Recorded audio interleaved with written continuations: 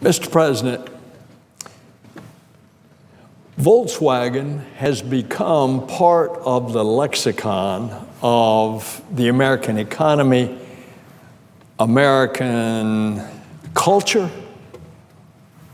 Volkswagen Beetles at the time of when I was growing up as a kid are all a part of the America that we know and love.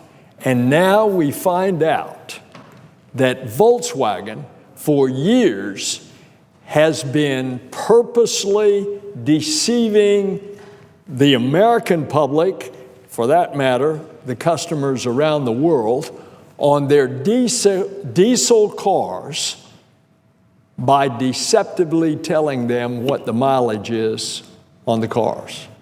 And oh, by the way, in the United States, because they were supposedly getting a great mileage, there was a benefit, a tax benefit to the purchasers of those vehicles. What in the world is happening to the American automobile industry and those foreign manufacturers that are selling automobiles here to take advantage of the American automobile consuming public? It is an outrage that VW would take advantage of its consumers by purposely deceiving them on their mileage on diesel vehicles. Well, first there was General Motors.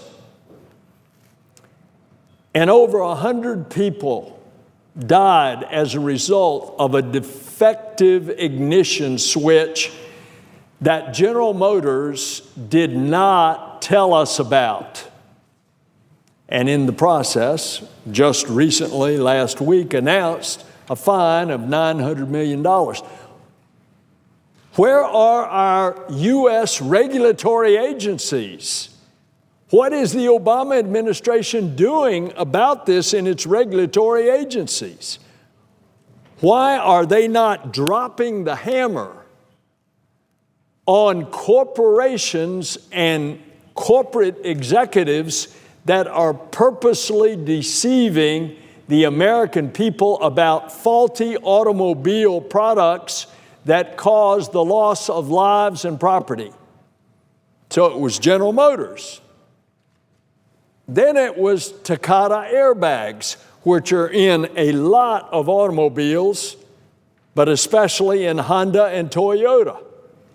And of course, we know that a number of people have lost their lives, a number of people have been maimed, and they're driving around with an airbag in the middle of the steering wheel, which now there have been millions and millions of recalls. And in the middle of that steering wheel is an explosive grenade because it hasn't been replaced. And now today, Volkswagen admitted over the course of the last half dozen years that it has purposely deceived people on their diesel vehicles by deceptively telling them what the gas mileage was. Well, has the corporate culture in what is an automobile society shrunk so low that we can't be upfront when our products are defective or when we're trying to gain competitive advantage?